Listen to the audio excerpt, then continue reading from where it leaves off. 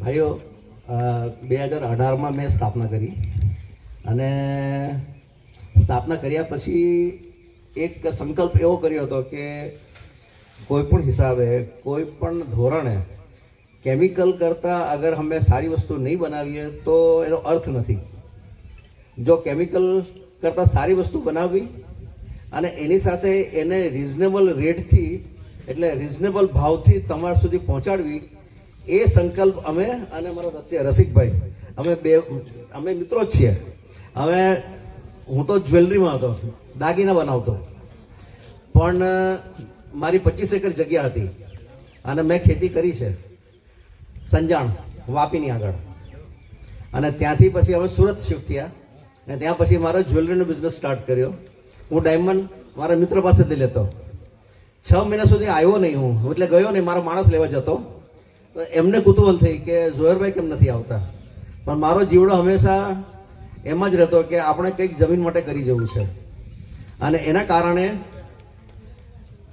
એમની સાથે જે મેં વાત કરી એમને કે હું જરા બાયોગેસ પ્લાન્ટનું એક્ઝામિનેશન કરવા જાઉં છું ને જોઉં છું કે 6 મહિના સુધી આના અંદર કેવી રીતે લોકો આગળ વધી રહ્યા છે.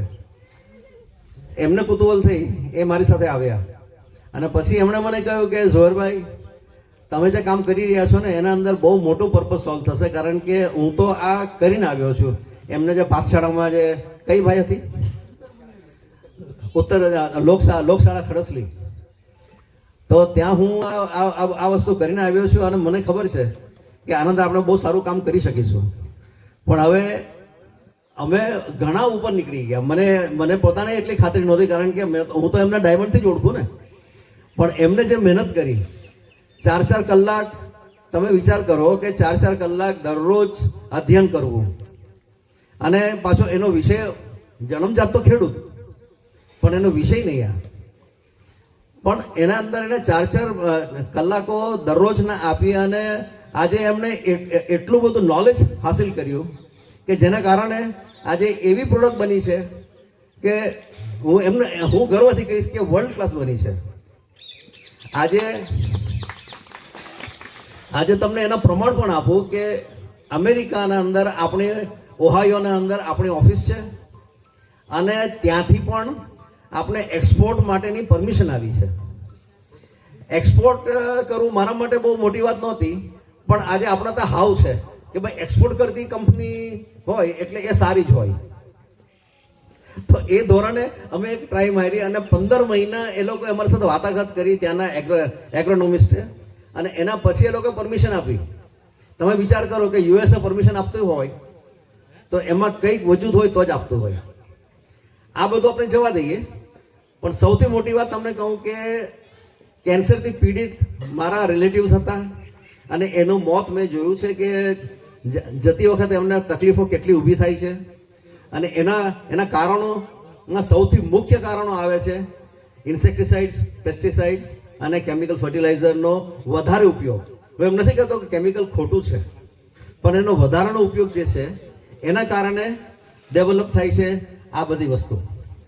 અને એના કારણે એક સંકલ્પ લઈને અમે કામ કર્યું. 5 વર્ષ બસ એમ કે માથું નીચું કરીને બીજું કંઈ જોવાનું જ નહીં હોય, અને આ જ જોવાનું છે કે આપણે કઈ રીતે આને કોઈ પણ હિસાબે આગળ વધારીએ. અને એના અંદર રસિકભાઈનું અધ્યયન બહુ કામ લાગ્યું. આજે એક જ પ્રોડક્ટના અંદર 27 ઘટકો આપવા અને એને પ્રમાણિત આપવા. હું તમને નાઇટ્રોજન વધારે આપું અને એના સામે ફોસ્ફરસ, પોટાશ જો એ પ્રમાણે નહીં આપું ને તો એ વર્ક નહીં કરે, એને પાછા જીવડા આવીને ખાશે. તો બધી વસ્તુનો પ્રમાણસર કરીને આને અંદર ડેવલપ કર્યું એટલે આટલા બધા સરસ રિઝલ્ટ આવે છે. તમને જેમ કહેવામાં આવે ને કે ભાઈ આમાં તો 4% નાઇટ્રોજન છે અને અમે યુરિયામાં તો 46% લઈએ છીએ. 46%માં તમને જાણીને નવાઈ લાગશે કે 1% જ વપરાતો હોય છે. અને બીજી વિશેષતા શું છે અમારી, હું પોતે ખેડૂત છું અને અહીંયા બેઠા બધા જ ખેડૂત છે, એટલે અમે ખેડૂતની પરિસ્થિતિ સમજીને જ કામ કર્યું છે. એક કંપની બનાવી દીધી અને કંપનીને સેલ્સ ટાર્ગેટ આપી દીધો. આજે હું કોઈ પણ મારા માણસોને સેલ્સ ટાર્ગેટ નથી આપતો. ભાઈ સેલ્સ ટાર્ગેટ આપવાનું કારણ શું? તમારે પ્રોડક્ટમાં દમ હોય તો સેલ્સ ટાર્ગેટ આપવાની જરૂર જ નહીં પડે ને. અને એ ધ્યેયથી જ કામ કરીએ છીએ અમે. કોઈને અમારા પાસે માર્કેટિંગ ટીમ જ નથી. પહેલી વાત તો અમારા માર્કેટિંગ કરવાવાળા અમારા ખેડૂતો જ છે. આજે કર્ણાટકા, કેરલા, તામિલનાડુ, આંધ્રપ્રદેશ, પંજાબ, ઓરિસ્સા, ગુજરાત, મહારાષ્ટ્ર, આસામ, મેઘાલય, રાજસ્થાન, મધ્યપ્રદેશ, આ બધી જગ્યાએ મારા ખેડૂતોએ વાપર્યા પછી એ લોકો જ મારા ડિસ્ટ્રીબ્યુટર બન્યા છે. એનું કારણ મારે એક બહુ મોટું કારણ એ હતું કે અમે જ્યારે હું ને રસિકભાઈ નીકળ્યા અને માર્કેટિંગ માટે, ત્યારે અમે જાણ્યું કે જ્યાં જ્યાં અમે ગયા ત્યાંથી પગથિયાથી જ અમને ના પાડવામાં આવી હતી કે તમે ચા પી જાઓ. આ એગ્રી શોપ કહેવાય ને, જે લોકો શું કહેવાય, કૃષિ કેન્દ્ર, એ એગ્રોની દુકાનો, એમાં બે કારણો હતા. જે લોકો સમજી ગયા તે ડરીને નહીં લેતા કે આ વસ્તુ બીજું કંઈ વેચી નહીં શકીએ, અને જે સમજવા તૈયાર નહોતા તે કે ઓર્ગેનિકમાં કોઈ દમ હોતો નથી. હવે અમે જે કામ કર્યું છે તે જમીનને સુધારી આપે છે. સૌથી મોટી અગત્યની વાત એ છે કે આપણા સાહેબને જે રિઝલ્ટ આવ્યા, આટલા સરસ રિઝલ્ટ આવ્યા, મારા ધાર્યા કરતાં ઉપર રિઝલ્ટ આવ્યા. એનું કારણ શું હતું કે એમને યુરિયા DAPનો ત્યાગ કર્યો છે લગભગ 8-10 વર્ષથી. એટલે એને રિસ્પોન્સ જબરજસ્ત મળ્યો. તમને બધાને રિસ્પોન્સ મળશે, પણ પહેલાં શું થશે કે જમીન સુધરશે. એટલે તમને રિસ્પોન્સ કેટલો મળશે? મહિનામાં તો તમને રિસ્પોન્સ મળી જ જશે, બાકી 3-4 દિવસમાં મળી જશે. પણ જે એમને મળ્યો એવો રિસ્પોન્સ તમને 4 મહિના 5 મહિના પછી મળશે. આજે મારા બધા જ ફાર્મરો જેટલા બી ઇન્ડિયામાં છે તે બધા માણસોને ત્યાં નીચેથી અળસિયા ચાલુ થઈ ગયા છે. અળસિયા ક્યારે આવશે? જ્યારે તમારી જમીન કેમિકલથી સાફ થશે ત્યારે જ અળસિયા આવી શકે, નહીં તો અળસિયા ઉપર નહીં આવી શકે. યુરિયા પાકને તમે લેજો અને અળસિયાને મૂકજો, તફડીને મરી જશે. એની ચામડીમાં જ તાકાત નથી કે એને સહન કરી શકે. તો આજે બધી બાજુ અળસિયા આવતા થઈ ગયા છે. અને એક ફાર્મરે તો મને, મહારાષ્ટ્રના ફાર્મર છે, એને એમ કીધું કે લોકો મારી પાસેથી અળસિયા ઉચકીને પોતાના ત્યાં લઈ જાય છે. એટલા અળસિયા થઈ ગયા છે, કારણ કે 3 વર્ષથી વાપરે છે. 45 એકરનો ખેડૂત છે. એટલે વધારે તમારો સમય નહીં વધારે લેતા હું તમને એટલું જ કહીશ કે એમ નહીં સમજતા કે ઓર્ગેનિક છે એટલે હવે ઠીક છે, એમાં તો કંઈ દમ નથી હોતો. હા, તમે છેતરાયા છો, બધા છેતરાયા છો ઓર્ગેનિક નામે. કારણ કે અમે જ્યારે ઓર્ગેનિક નામે જતા ત્યારે અમને બ્લેન્ક ચેક આપવો પડતો 4 વર્ષ 5 વર્ષ પહેલાં કે ભાઈ તને કંઈ નુકસાન થાય ને તો આ ભરીને લઈ જજે, પણ અમને 1 એકર કે અડધો એકર આપ. ત્યાંથી શરૂઆત કરી ને આજે અમે છાતી ઠોકીને કહીએ છીએ કે તારે લેવું હોય તો લે, તારું નુકસાન છે, મારું નુકસાન નથી. એટલે આટલી સફર સુધી પહોંચ્યા છે એનું કારણ અધ્યયન, સાયન્સ, ટેકનોલોજી અને એ બધાના કારણે અમે આટલા સુધી પહોંચ્યા છે. બીજું કે અમે જે કહીએ છીએ કે આમાં કેટલું નાખવું, જે ડોઝેજ છે એ બધા એમ જ તૈયાર નથી કર્યા કે તમને વધારે નખાવી દઈએ તો મારો સેલ્સ વધી જાય. મારે 1 પણ રૂપિયો તમારો વધારે જોઈતો જ નથી. તમારે જેટલી જરૂર હોય ને એ પ્રમાણે ડોઝેજ છે. એટલે મહેરબાની કરીને તમને જો આમ દેખાઈ જાય કે બહુ સરસ થઈ ગયું, પણ ડોઝેજ પૂરા કરજો. એટલા માટે કારણ કે જમીનને જે જરૂર છે ને એટલા આ ડોઝેજ પૂરા પાડે છે. વધારે સમય નહીં લેતા અમારા રસિકભાઈ તમને મહેનત અધૂરી. આ બંનેને જોડી દેવામાં આવે તો જ્ઞાનની કિરણ લઈને આવે અમારા રસિકભાઈ વારિયા. હવે કંપનીના પ્રખ્યાત વૈજ્ઞાનિક અને એગ્રોમિસ્ટ રસિકભાઈ વારિયા આપને પાકની જરૂરિયાત, જળ વિકાસ, ટેકનિક અને ગ્લો ગ્રીનના પ્રભાવ વિશે વૈજ્ઞાનિક અને સરળ ભાષામાં માર્ગદર્શન આપશે. રસિકભાઈ વારિયા.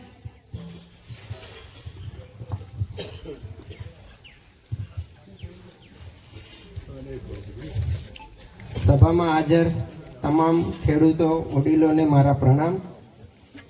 હું રસિક વરિયા એક ખેડૂત હતો અને ખેડૂતનો છોકરો જ હતો. 30 એકર જમીનમાં જે મારા પિતાજી ખેતી કરતા હતા એનો ઉત્પાદન ખર્ચ હું મારી કમાણીમાંથી ભરપાઈ કરતો હતો. તો સરવાળે એક જ મગજ હાલતું હતું કે જો 30 એકર જમીનમાં આ પરિસ્થિતિ હોય તો દરેક ખેડૂતની આ પરિસ્થિતિ શું હશે, અને ખરેખર આ પરિસ્થિતિ આવી અથવા તો આવવાના કારણો શું છે એમ. તો જ્યારે અમે અમારી સંસ્થામાં ભણતા હતા ત્યારે સંસ્થા અમને ગૌશાળા ગાય આધારિત બધી જ પ્રાકૃતિક ખેતી કરાવતી હતી. અમે અત્યારે કપાસની વાત કરીએ તો ત્યારે અમે 1 વીઘો એટલે 16 ગુંઠા, અને 16 ગુંઠામાં અમે 40 મણ કપાસ લેતા હતા. અત્યારે મારા જ ગામ સૌરાષ્ટ્રમાં, જે અમરેલી જિલ્લાનું મારું એક નાનું ગામ છે, ત્યાં 16 ગુંઠાના વીઘામાં કપાસની આવક 6 મણથી 7 મણ છે. તો જ્યારે આ મને ગ્લો ગ્રીન બાયોટેક કંપની વતી, અમારી ટીમ વતી આ એક કામ સોંપવામાં આવ્યું કે ભાઈ બાયોગેસ પ્લાન્ટ તો આપણે બનાવ્યો છે, પણ બાયોગેસ પ્લાન્ટને ઓવરઓલ સક્સેસ કરવા માટે આપણે શું કરશું? કેમ કે અમે મિનિસ્ટ્રી સાથે, એમએનઆરઈ સાથે જોડાયેલા હતા. તો ઓવરઓલ સોલ્યુશનની એક જરૂર હતી, અને ઓવરઓલ સોલ્યુશન લાવવા માટે ઓન પેપર લખીને બોલી દઈએ અને વાંચીને અનુકરણ કરી લઈએ એનો કોઈ મતલબ નહોતો.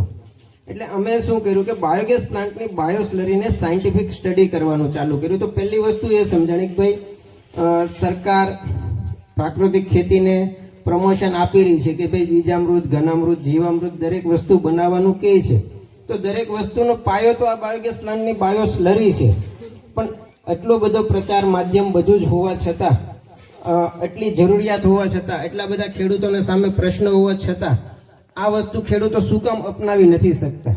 તો આમાં કંઈક ને કંઈક ઉણપ હશે, અને એ ઉણપને દૂર કરવા માટે અમે જેટલા બી અમારા નજીકના સગા સંબંધીઓ અથવા તો જે પ્રોગ્રેસિવ ખેડૂત હતા કે જે કંઈક નવું કરવા માટે તૈયાર હતા, એવા લગભગ અમે ગુજરાતથી લઈને ભારતના 17 રાજ્યોમાં ખેડૂત મળ્યા.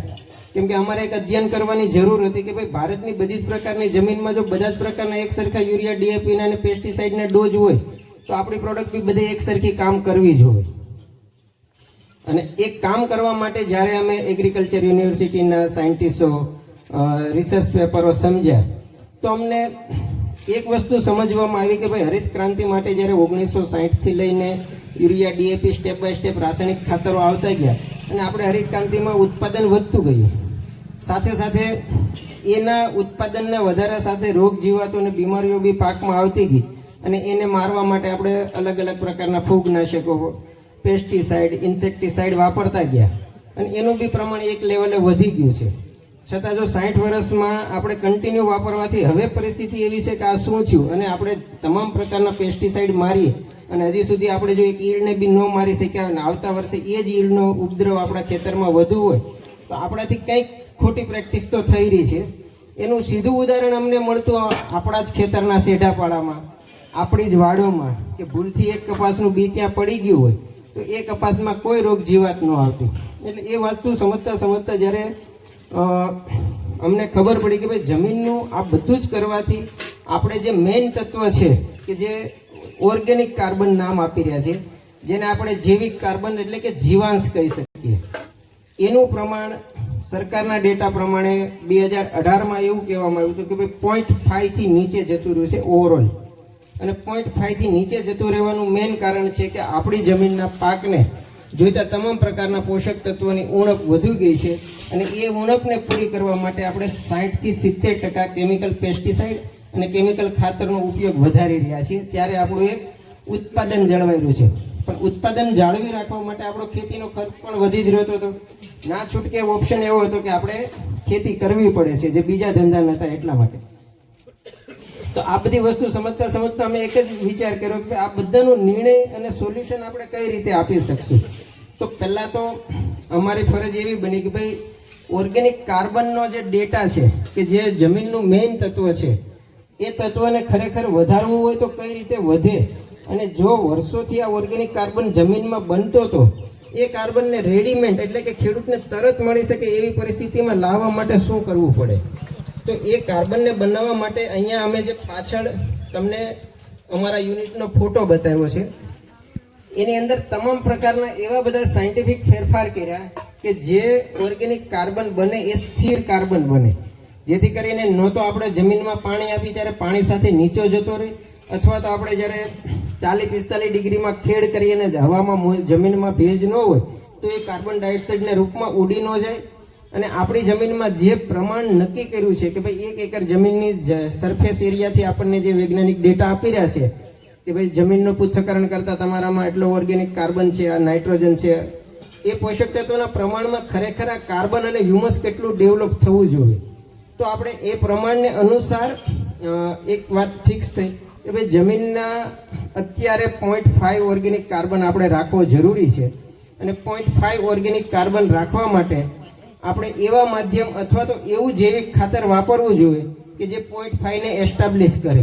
તો અમારા છેલ્લા 6 વર્ષના ખેડૂત સાથેના અભિપ્રાયો, રિસર્ચ એન્ડ ડેવલપમેન્ટ અને અમારા પ્રોડક્ટની અંદર જે કહી શકું કે 40% ઓર્ગેનિક કાર્બન કે જે 0.3 થી 0.5 ના લેવલને બીટ કરે અને આપણા જે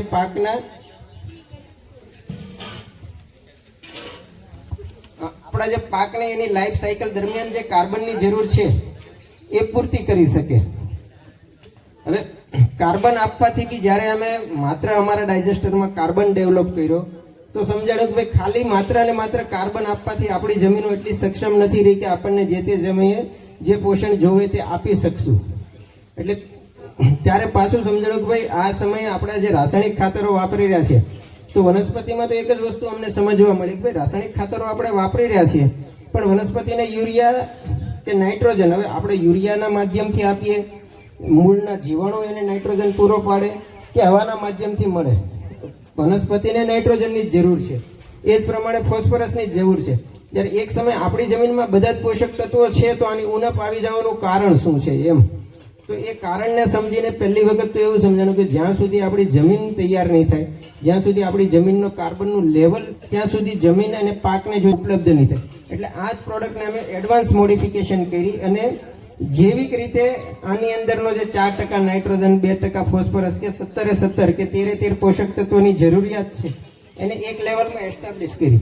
તો ચેલેન્જ એ આવી કે ભાઈ આમાં ખરેખર પ્રમાણ આપણને કઈ રીતે જાણ થશે કે ભાઈ વનસ્પતિને કે વનસ્પતિના પાનને કે અથવા તેના છોડને અથવા તેના ફૂલ કે એના ફળ પાકવા માટે કેટલા પ્રમાણમાં પોષક તત્વો જોશે. એ બધા પોષક તત્વોનું માપ અને પ્રમાણ કાઢવા માટે અમે લગભગ 260 પ્રકારના વનસ્પતિના પાન, ફૂલ અને ફળના લેબોરેટરી એનાલિસિસ કરાવ્યા. તો પ્રમાણ બધું એક જ સરખું જોવા મળ્યું કે ભાઈ 1:3, 1:5 અને 1:1 ના રેશિયોમાં આ જે આપણે કહીએ છીએ કે 3 મેઇન તત્વો, પછી સેકન્ડરી તત્વો અને થર્ડ તત્વો એના પર્સન્ટેજ અમને સેટ છે. એ પર્સન્ટેજ વાઇઝ અમે તમને જે એનાલિસિસથી રિપોર્ટ આપી રહ્યા છીએ એ પર્સન્ટેજ એમાં એસ્ટાબ્લિશ કર્યા. જ્યારે એ પ્રમાણ સાથે પણ અમે ખેડૂતોને જમીનમાં આપવાનું ચાલુ કર્યું તો એ ખેડૂતને જે સેટિસ્ફાઈડ રિઝલ્ટ જોતું હતું એ રિઝલ્ટ ન મળ્યું. ત્યારે એનું એક કારણ એ બી સમજાણું કે ભાઈ આ રિઝલ્ટ ન મળવાનું કારણ શું છે. કાર્બન આપ્યો છે, જરૂરિયાત પોષક તત્વો આપ્યા છે. જ્યારે સોઇલ એનાલિસિસ અને જ્યારે સાયન્ટિફિક ડેટા સમજ્યા ત્યારે સમજ પડી કે ભાઈ આપણી જમીનના 1 કણની અંદર 2 કરોડ જીવાણુ હોવા જોઈએ, એની માત્રા લગભગ 20 લાખ જેવી થઈ ગઈ છે. એટલે કે જીવાણુ અંદર રહ્યા જ નથી. જે જીવાણુ અંદર રહ્યા નથી તો આપણી મૂળ અને પાકને જે પોષણ વ્યવસ્થા થવી જોઈએ કે જે સાયકલ થવી જોઈએ કે જે એકમાંથી 2 જીવાણુ બની એના એસિડ એન્ઝાઇમ હોર્મોન છૂટા પડે અને એ તત્વ આપણા છોડને મળે એની માહિતી નથી. એટલે એના માટે પાછી એક નવી સિસ્ટમ ડેવલપ કરી કે ભાઈ જે જમીનના જીવાણુને જે કંઈ બી વસ્તુ જોઈએ છે તો એ જ સ્લરીને અમે એરોબિક એનારોબિક ટ્રીટમેન્ટમાં લીધી, એ જીવાણુને એસ્ટાબ્લિશ કર્યા અને આપણી જમીનના જીવાણુને જે ખોરાક જોઈએ છે એને સમજ્યા. એમાં મારા દાદાનો એક કિસ્સો મને યાદ આવ્યો હતો કે આ ઘટનામાં કે જ્યારે અત્યારની પરિસ્થિતિ પ્રમાણે તો આપણે વાવણી કરવા જઈએ ત્યારે આપણે આપણા ખેતરની પૂજા કરતા હશું કે નથી કરતા, પણ ત્યારે આપણે 100% આપણા ખેતરની પૂજા લાપસી, ગોળ, ધાણાથી કરતા હતા. તો દાદાએ ત્યારે મને એવું કીધું હતું કે આ પૂજા કરવાનું એક જ કારણ છે કે આ જમીનના અંદરના જે જીવાણુ છે એ જીવાણુને આપણે જાગૃત કરી રહ્યા છીએ. કેમ કે એક ખાંડના દાણાથી જો કીડીઓ આવી શકતી હોય તો આ તો એનાથી બી સૂક્ષ્મ જીવાણુ છે કે આ જ્યારે પાણી સાથે જશે ત્યારે આખા ખેતરમાં એની સ્મેલ ફેલાઈ જશે અને એ સ્મેલમાં એને ખબર પડશે કે આ જમીનમાં બીજનું વાવેતર છે અને એને પોષણ વ્યવસ્થા જાળવવા એ ત્યાં પહોંચીને મલ્ટીપ્લાય થશે. હવે આ તો નહીં થવાનું કારણ સીધું સમજાણું કે આપણે જે બહારથી બિયારણ લાવતા હતા એ બિયારણ ઉપર તો રાસાયણિક દવાના પટ હતા.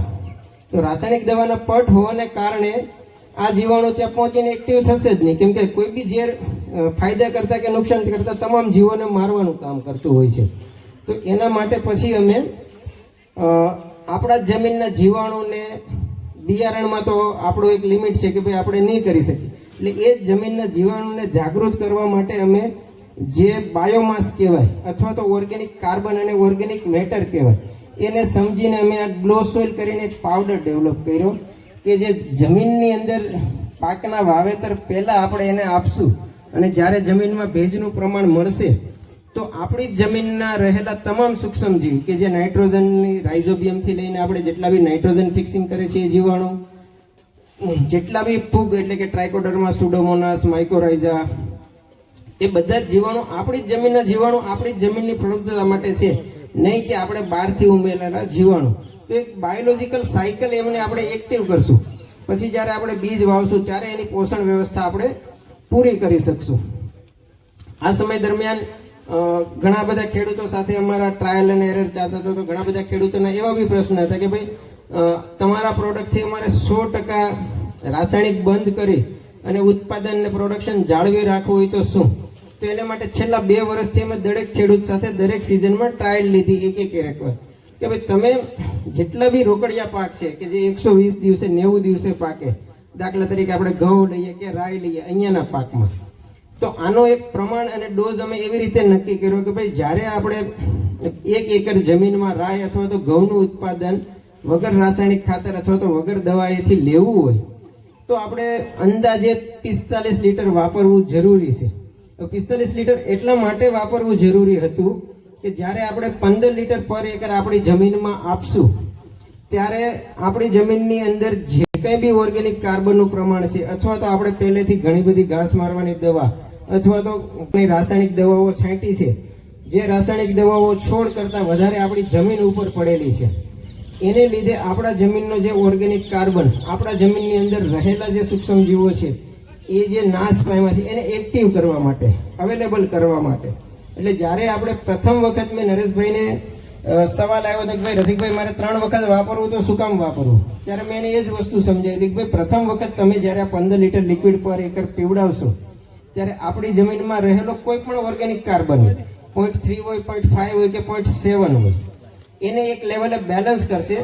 આની અંદર રહેલો જે 40% ઓર્ગેનિક કાર્બન છે કે જૈવિક કાર્બન છે એ કાર્બન તમારા જમીનના 3 ભાગમાં કામ કરશે. એક તો જમીનની અંદર રહેલા જીવાણુને ઉત્પન્ન કરવા અને એનું ઘર અને ખોરાક માટે, બીજું કે આપણી જમીનની કોઈ પણ પ્રકારની પીએચ હશે એને બેલેન્સ કરશે, અને ત્રીજું કે આપણે જે પહેલેથી નાખેલા રાસાયણિક ખાતરો આપણી જમીન સાથે બંધારણમાં બંધાઈ ગયા છે એને છૂટા પાડવાનું.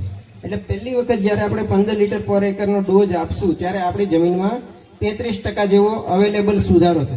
જ્યારે 10 દિવસ પછી કે ઓવરઓલ આપણે પાકને લગભગ 10 દિવસે જરૂર પડતી હોય છે પાણીની, કે જ્યાં કાળી ચીકણી જમીન છે વધુ પાણી પકડી રાખતી હોય છે, તો 10 દિવસ પછી પાછું જ્યારે આપણે 15 લીટર પર એકર આપશું ત્યારે જમીનની જે સાયકલ છે એ ઓટોમેટિક 50% જેવી સુધરી જશે.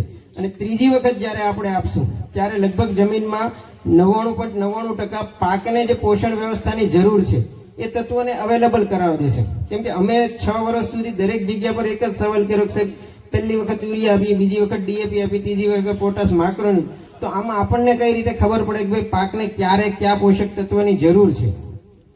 જે સમયે જે પોષક તત્વની જરૂર હોય અથવા તો એ આપી દઈએ અથવા તો એનાથી ઓછા આપીએ.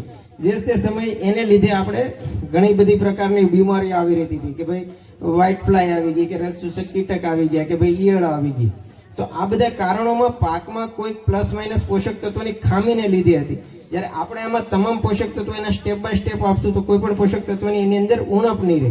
ઉણપ નહીં રહે ત્યાં તો કોઈ પોષક તત્વ વધશે એટલે લગભગ રોગ જીવાતો આવશે નહીં.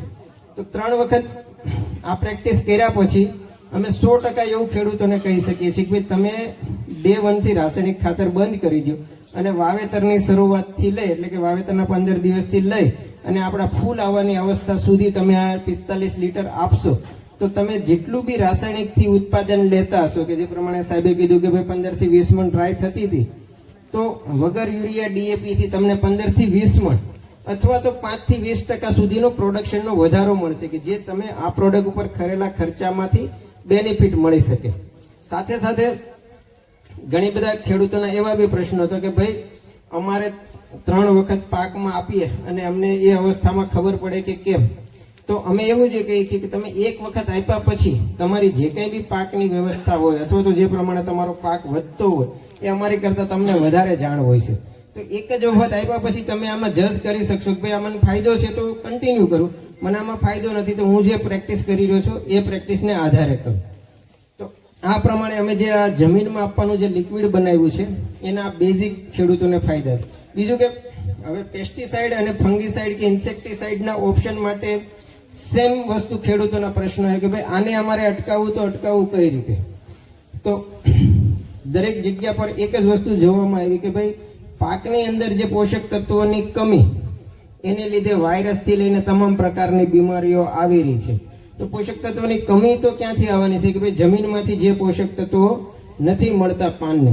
ઘણા ખરા કેસમાં એવું બને છે કે જરૂર કરતાં વધુ ડીએપી અથવા તો જરૂર કરતાં વધુ માઇક્રોન્યુટ્રન અથવા તો જરૂર પડતા ઘણી ઘાસની દવા મારી હોય તો જે માઇક્રોન્યુટ્રન અવેલેબલ પોષક તત્વો કહેવાય કે જે સલ્ફરથી લઈને બોરોન એ પૂરતા પ્રમાણમાં મળતા નથી હોતા. તો એ જે કાંઈ બી પોષક તત્વો મૂળથી નથી મળતા એની પૂર્તિ કરવા માટે આપણે આ જ પ્રોડક્ટને થોડીક એડવાન્સ બનાવી એટલે એનું નામ આપ્યું આપણે ગ્લો લિક્વિડોનિક પ્રીમિયમ સ્પ્રે કે ભાઈ કોઈ પણ કન્ડિશને છોડની અવસ્થાને આધીન આપણે લિક્વિડ આ ખાતર જમીનમાં આપવા વહેલા પડ્યા કે મોડા પડ્યા અથવા તો આપણે આ જમીનમાં લિક્વિડ ખાતર આપતા જ નથી પણ આપણા પાકને જે કંઈ બી પોષક તત્વો છે એની તરત જરૂરિયાત કઈ રીતે પૂર્તિ કરશું તો એને નેનોથી બી નાના પાર્ટિકલ એટલે નેનોટેકનિક અડધા બી નાના પાર્ટિકલ અને જીવાણુ દ્વારા નિર્માણ કર્યા કે જે જૈવિક પદ્ધતિથી કે જેનો તમે છંટકાવ કરશો તો પાનની અંદર જે કાંઈ બી પોષક તત્વો હશે એની તરત પૂર્તિ થઈ જશે. તરત પૂર્તિ થઈ જશે કે આવેલો જે રોગ જીવાત હશે એની સામે અટકાવશે. ખાસ કરીને ટમેટી, મરચી, પોપૈયા એ જે વાયરસ વાળા પાકો છે એ વાયરસને ત્યાં પોષક તત્વોની પૂર્તિ થશે એટલે એ વાયરસનો ઉપદ્રવ ત્યાં અટકી શકશે. એટલે એ પ્રમાણે સ્પ્રેનું જ્યારે અમે નિર્માણ કર્યું તો સ્પ્રેથી ખેડૂતોને એટલા ફાયદા થાય કે ભાઈ વારે વારે શાકભાજી જેવા પાકોમાં એક કરતાં વધુ કેમિકલ પેસ્ટિસાઇડો મારવા પડતા હતા એનો 60-70% ઉપયોગ ઓછો થઈ જાય અથવા તો એ કન્ટિન્યુ 60-70% ઓછો કર્યા વગર બી જો ચાલુ રાખશે તો જે ઝેર આપણા મરચામાં કે આપણા શાકભાજીમાં કે જે આપણા રીંગણમાં આવતું હતું આ સ્પ્રે એના ઓલ્ટરનેટ મારવાથી એ ઝેર ધોવાઈ જશે. જેથી કરીને ઘણા બધા ખેડૂતો એવા છે કે જે પોતાની શાકભાજી સરળતાથી એક્સપોર્ટ કરે છે. એક્સપોર્ટની ભાષામાં ઓર્ગેનિક શબ્દ નથી, ત્યાં રેસિડ્યુ ફ્રી છે અને રેસિડ્યુની ભાષા આપણે ગણીએ તો જેટલા બી કેમિકલ પેસ્ટિસાઇડો મારીએ છીએ એ તમામે તમામ રેસિડ્યુમાં આવી રહ્યા છે. તો એ રેસિડ્યુ જે છે આની અંદરના રહેલા પોષક તત્વો સાથે કો-બોન્ડિંગ કરી અને રેસિડ્યુ રિલીઝ થઈ જશે. જ્યારે લેબોરેટરી એનાલિસિસ થાય છે ત્યારે આપણે આ પ્રોડક્ટ રેસિડ્યુ ફ્રી આવે છે. જેથી કરીને આ પ્રોડક્ટનો તમે વેજીટેબલ શાકભાજીમાં ઉપયોગ કરશો તો આપણે જે વેચી રહેલી ટમેટી, મરચી, રીંગણી છે આપણા માધ્યમથી જે સોસાયટી કે પબ્લિકમાં ઝેર જાતું હતું એને કંઈક અંશે આપણે ઓછું કરી શકશું. બીજું કે મફતલાલભાઈને તો નરેશભાઈના રેફરન્સથી પ્રોડક્ટ મળી. અહીંયા મળ્યા ત્યારે ખબર પડી કે મફતલાલભાઈ 5 વર્ષથી છાણિયું ખાતર અને જૈવિક ખેતી તરફ વળેલા હતા પણ એને એક્સેપ્ટેડ રિઝલ્ટ નહોતા. તો ત્યાં સીધું ઉદાહરણ હું તમને એ પૂરું પાડી શકું કે અમે જે સોઇલ ઓર્ગેનિક કાર્બનના એનાલિસિસ ડેટા જોયો કે ભાઈ નરેશભાઈના ખેતરમાં 21 દિવસનો સમય લાગ્યો તો નરેશભાઈના ખેતરનો ઓર્ગેનિક કાર્બન 0.3 અથવા તો 5ની નીચે હશે. જ્યારે બીજા ભાઈને ટમેટીમાં 15 દિવસના ટમેટી મહિના ઉપરની લાગી તો એમનો ઓર્ગેનિક કાર્બન 0.5 લેવલમાં હશે. જ્યારે મફતલાલભાઈના ખેતરમાં આ જે ફાયદો મળ્યો એનો મતલબ કે એમને બધી જ વસ્તુ કરી હતી એટલે સોઇલ ઓર્ગેનિક કાર્બન 0.7 કરતાં વધુ હતો. જે કંઈ બી જમીનમાં સોઇલ ઓર્ગેનિક કાર્બન 0.7 કરતાં વધુ હોય પણ પોષક તત્વોની કમી હોય છે ત્યાં આ તરત પોષક તત્વો આપણે વોટર સોલ્યુબલ એટલે કે પાણીમાં ઘૂલે એવી અવસ્થામાં બનાવેલા છે. એ પોષક તત્વો છોડને તરત મળી ગયા એટલે એ પરિસ્થિતિમાં એમને સૌથી ફાસ્ટ રિઝલ્ટ બતાવ્યું. બીજું કે જ્યારે એમને સ્પ્રે માર્યો એનો બી એ જ સાબિત થાય છે કે ભાઈ એમનો છોડ જે વોટર લોગિંગને લીધે સોઇલને જમીનને સારી તૈયાર કરી હતી કાર્બન કન્ટેન્ટને બનાવીને પણ જે પોષક તત્વોની કમી હતી એની પૂર્તિ કરવા એમને સ્પ્રે માર્યો એટલે પૂર્તિ થઈ ગઈ. તો છોડ જે અવસ્થાએથી દબાયેલા હતા એની ઉંમર પ્રમાણે પરફોર્મન્સ નથી આપી કે કેમ કે મારી હાઇટ નથી વધી શકી. ઘણા ભાઈઓને 60 ફૂટ એ બાળપણ અવસ્થામાં સારું ફૂડ કે જે પ્રોબ્લેમમાં શો નતા થતા એ જ પ્રોબ્લેમ શો કરીને એમનો છોડ કે એમના પાક એમની નજર સામે સારું વધી શકે. હવે વધુમાં હું તમને ખાલી માર્કેટની અંદર ખેડૂત તરીકે એક જ વસ્તુ જણાવું છું કે ઓર્ગેનિક કાર્બનના નામે ઘણી બધી પ્રોડક્ટો આવી રહી છે. તો ઓર્ગેનિક કાર્બન આપણે નો શબ્દ વાળીએ પણ જૈવિક કાર્બન અથવા તો જીવાંશ એ કાર્બન બનવાનું જે નિર્માણ છે એ આપણી જેટલી બી વનસ્પતિઓ અથવા તો આપણા ગાય ભેંસના છાણ કે મૂત્ર અથવા તો આપણા પાકના અવશેષોના માધ્યમથી જ એ કાર્બન બને છે. એ કાર્બન બનવા માટે પૂરી કુદરતની એક પ્રોસેસ છે, જે સડવાની પ્રક્રિયા, અને એ જ્યારે સડવાની પ્રક્રિયા પૂર્ણ થાય છે ત્યારે એ કાર્બન જૈવિક કાર્બનમાં વિઘટન પામે છે, એટલે કે જીવોના અંશમાં. એટલે કે આપણા જ પાનની અંદર જે જીવાણુએ એ કાર્બનને પકડ્યો છે એને જીવાંશ એટલે કે આપણે જૈવિક કાર્બન કહી શકશું. અને જૈવિક કાર્બનનું પ્રમાણ અને પર્સન્ટેજ ક્યારેય 50% ઉપર હોઈ શકતું નથી, કેમ કે પ્રકૃતિની અંદર કોઈ પણ લીલી વનસ્પતિને જ્યારે આપણે બાળીએ છીએ ત્યારે 95% હિસ્સો તેનો સૂર્ય, પાણી અને ઓક્સિજનની હાજરીમાં વયો જાય છે. 5% હિસ્સામાં ઓર્ગેનિક કાર્બનનો રોલ હોય છે અને એનો બાયોમાસમાં ઓર્ગેનિક કાર્બન 50%, એટલે કે જૈવિક કાર્બન એના નિર્માણમાં, જે કાર્બોહાઈડ્રેટનું સ્ટ્રક્ચર અથવા તો જે પ્રોટીન, ગ્લુકોઝ, જે ફ્રુક્ટોઝ કે સેમિસોલ્યુલોઝ આપણે જે કંઈ બી કહીએ છીએ તે. એટલે મારી એટલી જ ભલામણ છે કે તમે આ પ્રોડક્ટ અપનાવો કે ન અપનાવો, પણ હવે પછીની જે જરૂરિયાત આપણી જમીનનો જૈવિક કાર્બન કે ઓર્ગેનિક કાર્બન, અથવા તો સરકારે બાયોગેસ પ્લાન્ટ જેવી કંપનીઓને નામ આપી દીધું છે કે ભાઈ organic carbon enhancer from compress biogas plant. એ શું કામ આપવાની જરૂર પડી? કે ભાઈ આ જ એક માધ્યમ છે કે આપણી જમીનોમાં કાર્બન ઇન્જેક્ટ કરી શકશે. તો આવા કોઈ વ્યવસ્થિત અથવા તો સારી પ્રોસેસિંગ કરેલા જૈવિક કાર્બનનું ઉત્પાદન કરતી કંપનીઓનો તમે જમીનની અંદર કંપનીએ નક્કી કરેલા, R&D કરેલા અને સાયન્ટિફિક ડેટા ધોરણ સાથે અપનાવશો તો ચોક્કસ સારા પરિણામ મળશે. અને જે પ્રમાણે અમે નરેશભાઈને નિરાશ નથી કરી શક્યા, એમ તમે પણ કોઈ પણ પ્રોડક્ટથી નિરાશ નહીં થાય. અમારું અહીંયા ઉદ્દેશ્ય માર્કેટિંગ કે પ્રોડક્ટ વેચવાનો નહોતો. અમારી એક સિસ્ટમ હતી કે ભાઈ જે ગામમાં ખેડૂતો અથવા તો જે રાજ્યના ખેડૂતો વાપરે એ ખેડૂતોને સંતોષકારક રિઝલ્ટ મળે, અને એ ખેડૂત વતી પ્રોડક્ટનું માર્ગદર્શન અથવા તો ખેતીની ગાઈડલાઇન્સનું માર્ગદર્શનની જરૂર હોય ત્યાં અમે આ રીતના ખેડૂત કે સભા મિટિંગો યોજીએ છીએ, ખેડૂતને માહિતી આપીએ છીએ, અને અમારાથી અથવા તો અમે ખેતરો ફરીને જે સમજ્યા ને શીખ્યા છે એ નોલેજ પહોંચાડવાની પૂરા પ્રયત્ન કરીએ છીએ. ધન્યવાદ.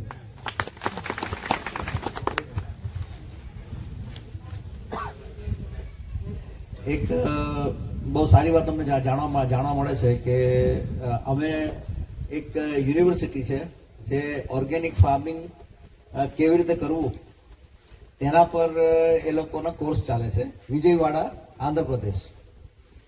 ત્યાં અમારી પાસે એવું કોઈ પ્રમાણ તો હતું નહીં કે આપણી પ્રોડક્ટ નાખ્યા પછી ઓર્ગેનિક કાર્બન જમીનમાં ખરેખર વધે છે કે કેમ.